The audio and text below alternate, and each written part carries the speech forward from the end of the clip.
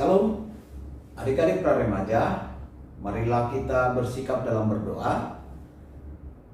Mari kita berdoa. Damai sejahtera Allah melampaui segala akal, itulah yang memelihara hati dan pikiranmu di dalam Yesus Kristus Tuhan kita. Amin. Selamat hari Minggu adik-adik pra-remaja. Mari kita membuka firman Tuhan yang menjadi khotbah yang tertulis dari 1 Samuel pasal 12 ayat 18 sampai dengan ayat 22. Demikian pembacaan firman Tuhan. Lalu berserulah Samuel kepada Tuhan, maka Tuhan memberikan pada hari itu gurun dan hujan, sehingga sangat takutlah seluruh bangsa itu kepada Tuhan dan kepada Samuel.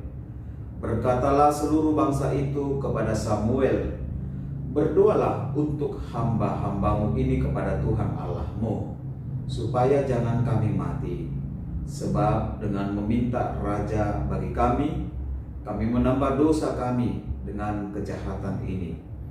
Dan berkatalah Samuel kepada bangsa itu, jangan takut, memang kamu telah melakukan segala kejahatan ini, tetapi janganlah berhenti mengikuti Tuhan, melainkan beribadahlah kepada Tuhan dengan segenap hatimu. Janganlah menyimpang untuk mengejar dewa kesia-siaan yang tidak berguna dan tidak dapat menolong, karena semuanya itu adalah kesia-siaan belaka. Sebab Tuhan tidak akan membuang umatnya, sebab namanya yang besar. Bukankah Tuhan telah berkenan untuk membuat kamu menjadi umatnya? Demikian pembacaan firman Tuhan. Adik-adik pra-remaja, Samuel adalah hamba Tuhan yang dipilih oleh Tuhan untuk menjadi seorang hakim dan menjadi pemimpin bagi umat Israel. Pada masa kepemimpinan Samuel, bangsa Israel meminta seorang raja untuk menggantikan para hakim yang telah memimpin dahulu. Dengan adanya raja, bahwa diharapkan supaya bangsa Israel menjadi bangsa yang taat, bangsa yang setia kepada Tuhan Allah. Tetapi apa yang terjadi? Sebaliknya, bahwa umat Israel melakukan yang jahat di hadapan Tuhan, di mata Tuhan. Bahwa umat Israel telah melakukan kejahatan yang tidak berkenan di mata Tuhan, dan mereka telah menyimpang dari hukum Allah. Mereka telah melakukan kejahatan dengan menyembah berhala, menyembah dewa kesia-siaan. Dan mereka telah diingatkan supaya mereka jangan tergoda oleh ilah lain. Karena bagi Tuhan, jika mereka menyimpang, bahwa Tuhan akan marah terhadap perilaku dan sikap bangsa itu. Kalau dalam hukum titah pertama dikatakan, akulah Tuhan Allahmu, seru Tuhan kita, tidak boleh ada Allah lain kecuali aku. Dan pada titah kedua, janganlah perbuat bagimu patung. Itu artinya adik-adik, bahwasanya Tuhan itu adalah Allah pecemburu. Dia tidak mau ada ilah lain yang harus mereka sembah, yang mereka harus puja selain Tuhan pencipta langit dan bumi ini. Maka ketika Tuhan mengingatkan itu melalui Samuel, seharusnya umat Israel yang dipilih oleh Tuhan itu, mereka harus mau taat setia untuk menyembah Allah. Maka Samuel menyampaikan itu kepada Allah, seluruh perbuatan Israel kepada Tuhan. Dan Allah mendatangkan gemuruh dan hujan di saat mereka mau menuai, mau menghasilkan hasil tanaman. Coba kita bayangkan adik-adik, ketika mereka mau tiba menuai, tapi datang hujan yang lebat dan gemuruh. Hujan dan gemuruh itu melambangkan kemarahan Tuhan kepada mereka kepada bangsa yang tidak setia itu. Memang kita tahu bahwa Allah itu adalah Allah pemurah, tetapi juga Dia juga pemarah. Tetapi di mana lebih besar amarah Tuhan itu daripada daripada pemurah dari Tuhan itu? Tuhan itu lebih besar kasih-Nya dari amarahnya. Maka ketika bangsa Israel mengatakan kepada Samuel, "Berdoalah kepada Tuhan Allahmu supaya kami jangan mati." Ketika itu Samuel mengatakan kepada bangsa itu, kepada orang Israel, "Jangan takut. Memang kamu telah melakukan segala kejahatan ini, tapi jangan berhenti mengikuti Tuhan." Karena Samuel tahu bahwa Tuhan itu akan mengasihi mereka walaupun Tuhan marah kepada mereka. Jadi adik-adik praremaja, jika orang tua kita marah, ada marah yang positif. Jika orang tua kita marah, itu artinya jika orang tua kita itu marah, bukan berarti orang tua kita tidak sayang atau tidak mengasihi anaknya. Demikian juga Samuel mengingatkan bangsa Israel, sebab Tuhan tidak akan membuang umatnya, sebab namanya yang besar. Bukankah Tuhan telah berkenan untuk membuat kamu menjadi umatnya?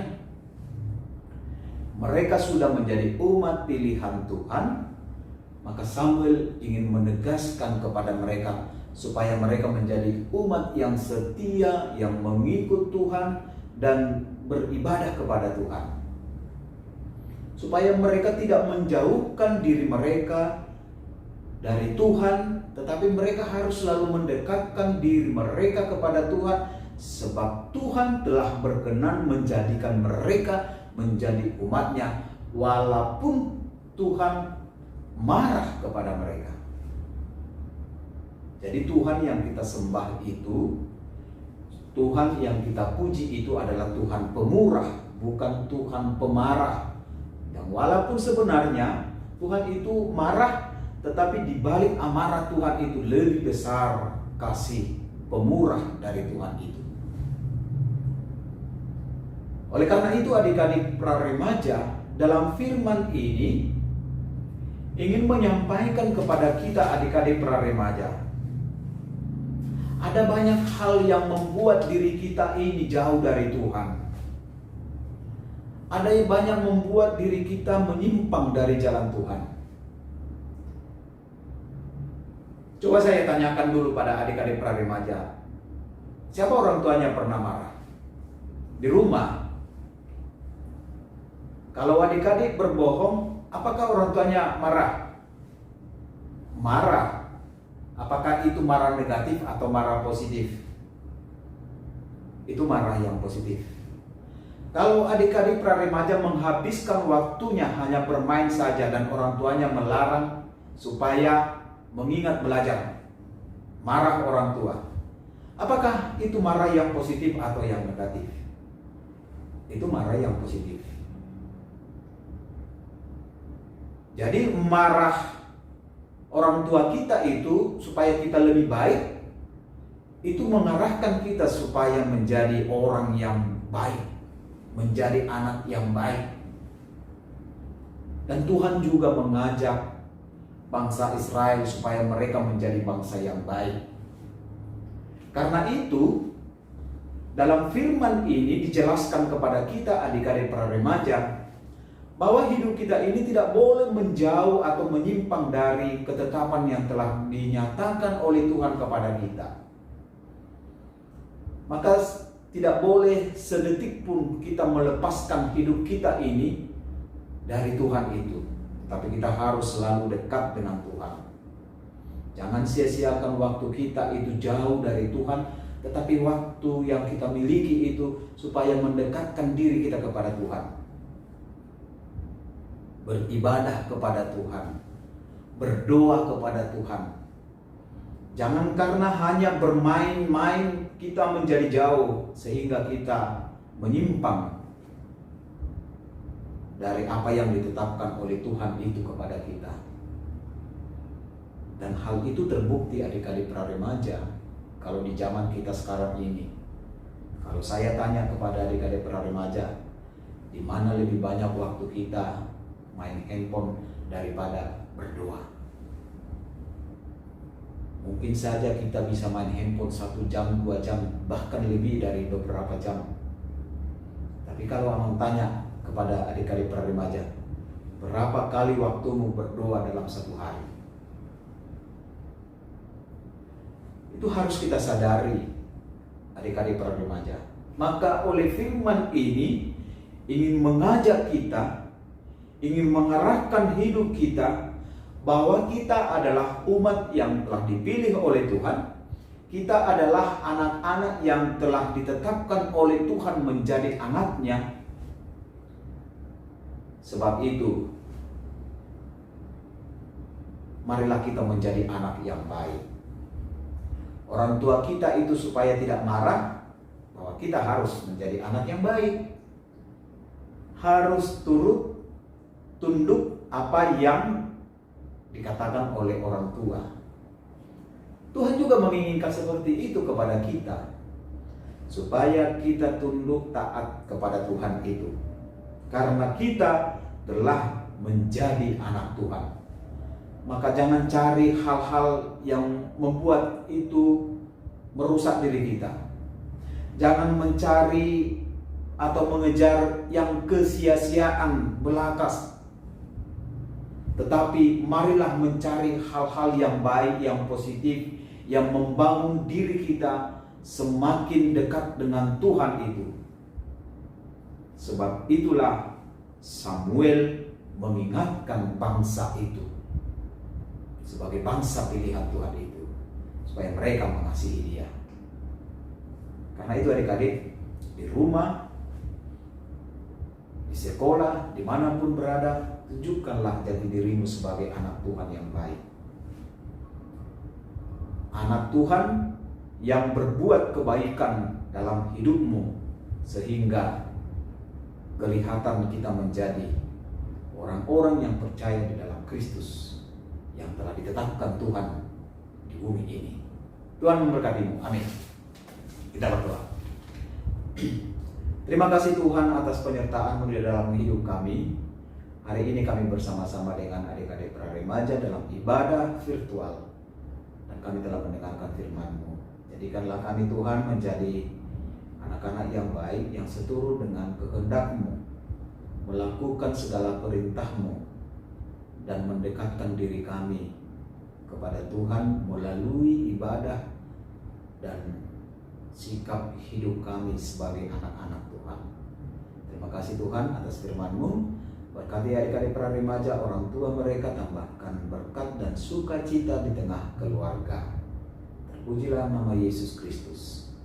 Amin. Shalom adik-adik praremaja, selamat hari Minggu.